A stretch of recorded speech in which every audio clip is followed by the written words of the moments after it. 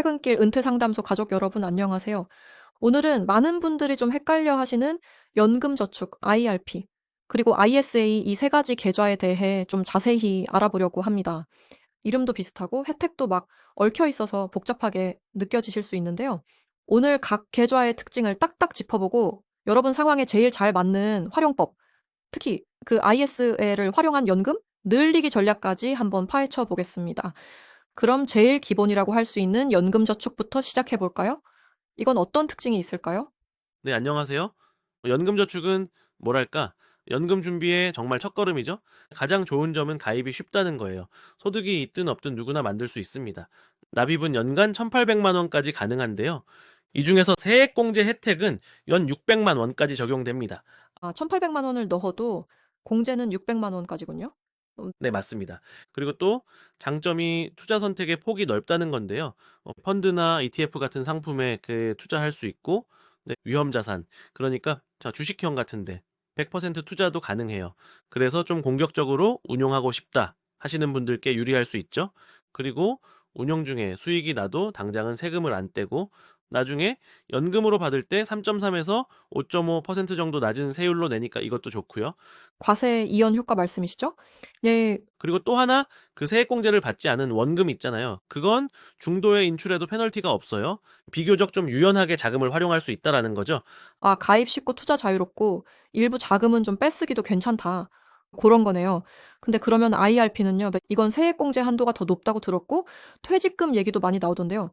연금저축이랑은 어떤 게 확 다른가요? 300만 원 더 되네요. 연금저축만 할 때보다 300만 원 더 되는 셈인데 다만 IRP는 이제 소득이 있는 근로자나 자영업자 이런 분들이 주로 가입하고요.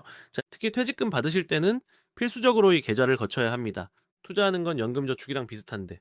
네, 결정적인 차이가 있어요. 바로 안전자산 30% 의무 보유 규정입니다. 안전자산 30%요? 네, 네. 전체 넣은 돈의 최소 30%는 예금이나 뭐 채권형 펀드 같은 그런 안정적인 상품으로 굴려야 한다라는 거죠. 그리고 제일 중요한 차이점은 역시 유동성입니다. IRP는 법에서 딱 정해놓은 사유. 네, 예를 들어 집이 없는 분이 집을 산다거나 뭐 장기 요양이 필요하다거나 네, 이런 특별한 경우 아니면 중간에 뭐 돈을 빼기가 거의 불가능해요. 인출이 안 되는군요. 돈이 필요하면 아예 계좌를 깨야, 즉 해지해야 하는데 이러면은 세금 혜택 받은 거 다시 내야 하고 불이익이 큽니다. 물론 퇴직금을 IRP로 받아서 나중에 연금으로 수령하면 자, 퇴직소득세를 최대 40%까지 깎아주는 아주 강력한 장점이 있긴 합니다만 그만큼 돈이 묶인다는 점은 꼭 생각하셔야 돼요.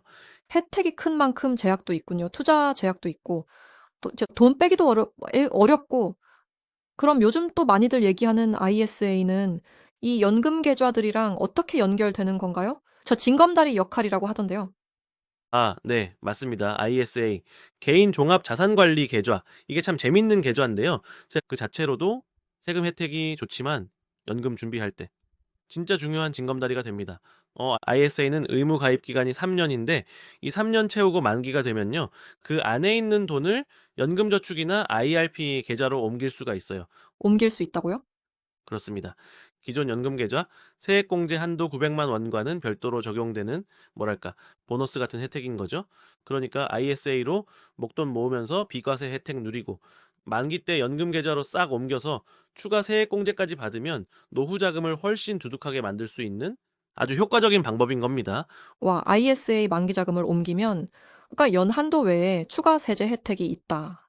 이게 핵심이네요. 그럼 이제 좀 정리가 되는데요. 연금저축, IRP, ISA 이 세 가지를 각자 상황에 맞게 어떻게 조합하고 뭐부터 하는 게 좋을까요? 예를 들어서 이제 막 사회생활 시작한 초년생이나 네, 소득이 좀 낮아서 실제로 내는 세금이 거의 없다. 네, 결정세액이 0원이다. 이러면요. 당장은 세액공제 받는 게 큰 의미가 없을 수도 있잖아요. 그렇죠.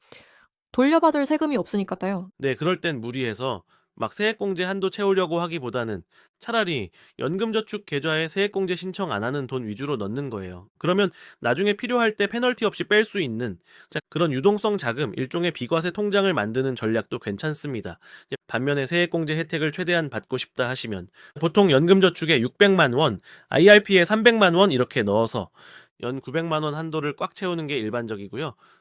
900 채우는 조합이군요. 그리고 퇴직금을 받을 예정이시라면 퇴직 소득세 아끼려면은 IRP는 거의 필수라고 봐야죠. 그리고 팁을 드리자면 내가 낸 돈 관리하는 IRP랑 퇴직금 들어오는 IRP를 따로 만들어서 관리하면 더 편하실 수 있어요. 오, 계좌를 분리하는 것도 방법이군요. 그리고 투자를 좀 자유롭게 하고 싶으면은 연금 저축이 낮고 안정성이 중요하면서 세금 혜택도 챙기고 싶다면 IRP가 좀 더 맞을 수 있고요. 안전자산 30% 규정 때문에요. 그리고 어떤 상황이든 간에 아까 말씀드린 ISA 만기자금을 연금 계좌로 옮기는 전략은요. 그냥 장기적으로 노후 준비에 정말 큰 도움이 되니까 이건 적극적으로 활용하시는 걸 추천드립니다. 그리고 연금저축 계좌를 아예 두 개 만드는 것도 방법이에요. 하나는 세액공제 받는 용도로 쓰고 다른 하나는 세액공제 안 받고 나중에 비과세로 인출할 용도로 쓰고 이렇게 하면은 관리가 더 명확해집니다. 와, 정말 명쾌하게 정리해 주셨네요. 유연하게 쓰고 싶으면 연금저축 세금 혜택이랑 퇴직금 관리가 중요하면 IRP, 그리고 여기에 ISA를 잘 연결해서 연금 자산을 더 불리는 전략까지 결국 뭐 하나가 정답이라기보다는 내 상황, 내 목표에 맞춰서 도구들을 잘 조합하는 게 중요하겠네요. 퇴근길 은퇴 상담소 가족과 여러분, 오늘 내용 들으시면서 궁금한 점이 생기셨다면 언제든지 댓글이나 저희 오픈 채팅으로 편하게 문의 주시기 바랍니다. 사실 이 계좌들을 잘 만드는 것도 중요하지만 여기에 꾸준히 돈을 넣는 습관을 들이는 건 또 다른 문제잖아요. 이 부분은 다음 기회에 더 깊이 이야기 나누어 보겠습니다.